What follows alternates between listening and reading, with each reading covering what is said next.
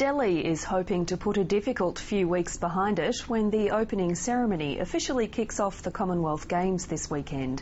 It's also an important time for Queensland's Gold Coast and its bid to host the 2018 event. A Queensland delegation is in Delhi to make its pitch to the Commonwealth Games Federation. The Gold Coast Mayor can't be there. He had been told not to travel for health reasons, but that hasn't diminished his push to be the host with the most. I spoke with Ron Clarke earlier.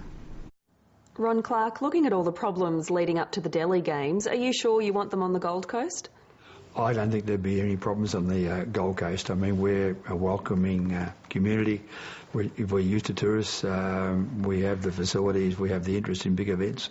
No, I mean, we'd be far different if it was on the Gold Coast. Have the events in Delhi tarnished the Games in any way? They haven't helped it, I don't think. I think when the Games get going, it'll be wonderful. And what hasn't been emphasised enough, I don't think, is the facilities that are there.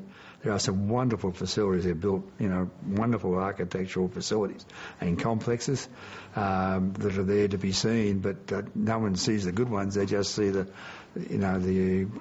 unclean toilets and so on. And it's a bit of a pity. To what extent do you think the experience in India has improved the Gold Coast chances?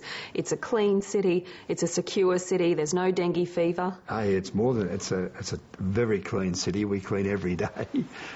In fact, we do our beaches at 6 o'clock, 7 o'clock every day, and we have 50 kilometres of beaches. Our facilities, our attraction to tourists coming are tremendous, and then of course the tourists can go on from the Gold Coast to elsewhere in Australia. So we've got lots of attractions, and most of all we appreciate sporting events. The city of Hambantota in Sri Lanka is the only other contender for the 2018 Games. How serious a rival is it? Well, it's serious because they're supported by China, and China is building the port there, and China has got a lot of cards they can call in from African states especially. So we have to get 36 of the 71 votes. So China's support makes them a fairly big threat, even though they have no facilities at all, but they have the support of the whole country. And in fact, the President of Sri Lanka will be making the submission on behalf of their bid in Delhi. So they're a real threat? They're a threat. They're not, but we believe because we've got this background in sport and in hospitality and in welcoming. We speak 131 different languages on the Gold Coast. I mean, we have this cosmopolitan, welcoming, atmosphere here that we just love the Games to come here. As a former Games medalist, what would it mean to you to bring the Games to the city that you're now the mayor of? Well, I think it's more important as mayor. As a medalist, you can go anywhere and see the Games, and I love the Games. I think game competition is just a wonderful combination of getting sporting youth together and promoting the healthy lifestyle. But here, it's important for our economy. It's important to get Gold Coast recognised on the world scene. How much infrastructure would need to be built, though, and what about public transport to move the athletes and visitors around?